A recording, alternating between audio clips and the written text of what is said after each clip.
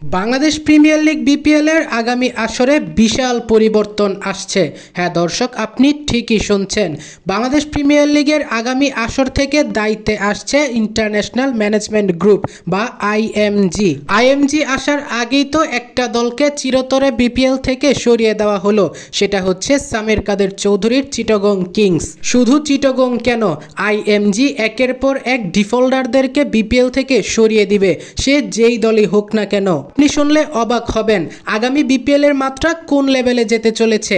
আগামী বিপিএল থেকে যে ব্যক্তি দল নিতে চাইবে ওই ব্যক্তি আইএমজি বা বিসিবির নিকট ব্যাংক গ্যারান্টি স্বরূপ 100 কোটি টাকা জমা দিতে হবে।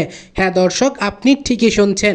যেখানে মাত্র 6 কোটি কিংবা 5 কোটি টাকা ছিল বিগত আসরগুলোতে, এবং সেই টাকা দেখাতে গিয়েই বিপিএল এর দলগুলো হিমশিম খেয়ে গিয়েছে, সেই জায়গায় 100 কোটি টাকা যে ব্যক্তি দেখাতে পারবে, ব্যাংক গ্যারান্টি দিতে পারবে, সেই ব্যক্তি বিপিএল এ দল নিতে পারবে। আর যে দেখাতে পারবে না বা বিসিবির কাছে জমা দিতে পারবে না, সেই ব্যক্তিকে দল দেওয়া হবে না। ডিরেক্ট নির্দেশনা দিয়েছে আইএমজি, সে যেই দলই হোক না কেন, হোক সেটা ফরচুন বরিশাল কিংবা রংপুর রাইডার্স কিংবা অন্যান্য দলগুলো। হ্যাঁ দর্শক, আপনি ভুল কিছু শুনছেন না।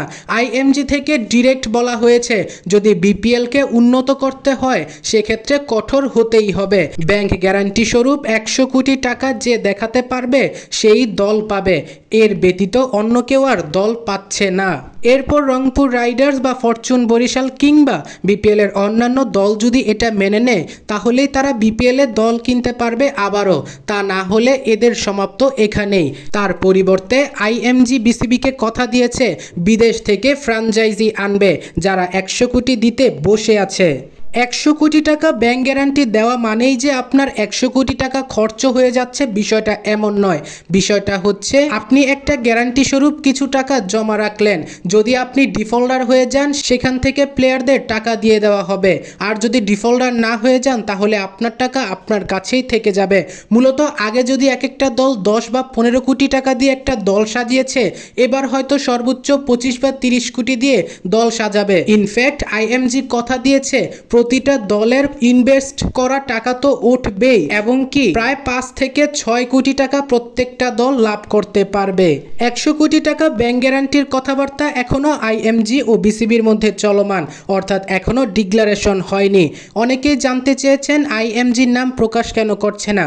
সম্ভবত আইএমজি যেই ধরনের নিয়মকানুন আনতে চলেছে বিপিএলে, সেই সবগুলো একসাথে অ্যানালাইসিস করে তারপর একসাথে হয়তো ঘোষণা দিবে বিসিবি, যার ফলশ্রুতিতে এত দেরি হচ্ছে। তবে এটা মাথায় রাখবেন, সবকিছু ঠিক থাকলে আগামী বিপিএল থেকে দল নিতে হলে 100 কোটি টাকার অগ্রিম ব্যাংক গ্যারান্টি দিতে হবে বিসিবিকে, এবং এমনভাবে যদি বিপিএলটা আয়োজন করা হয় আগামী আসরগুলোতে, তাহলে হয়তো আগামী 5 থেকে 6 বছরের মধ্যে পিএসএল কে টপকে আবারও বিপিএল শীর্ষ কিছু ফ্র্যাঞ্চাইজিদের মধ্যে একটা হতে পারবে। প্রিয় দর্শক, আপনার কি মনে হয় আইএমজির এমন সিদ্ধান্ত আপনার কেমন লেগেছে? এটা কি সঠিক সিদ্ধান্ত নাকি ভুল? অবশ্যই কমেন্টে জানিয়ে যাবেন।